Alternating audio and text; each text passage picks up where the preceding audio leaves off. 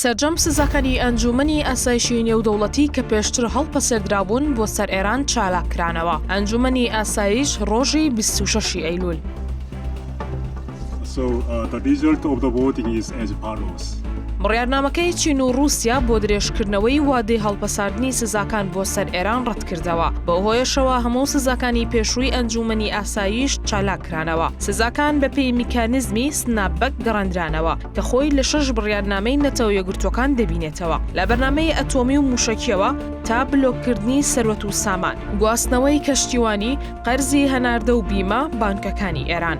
فەڕەنسا و بەریتانیا و ئەڵمانیا داوایان لە وڵاتان کرد پابەندی بڕیارەکە بن. دەڵێن ئێران هەنگاوی پێویستی بۆ چارەسەرکردنی نیگەرانیەکان نێناوە. جەختیش دەکەنەوە سەپاندنەوەی سزاکان کۆتایی دیبلۆماسی نیە. هاوکات ئەمریکا جەختی کردەوە دیبلۆماسی وەک بژاردەیەک دەمێنێتەوە.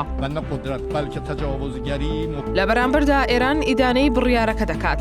مەزعود پزیشکان دەڵێت ئەوان لەگەڵ سزاکان ڕاهاتون. عەباس عەراقچیش جەختی کردەوە چۆن هێرشی سەربازی شکستی هێنا، گەڕانەوەی سزاکانیش شکست دەهێنێت.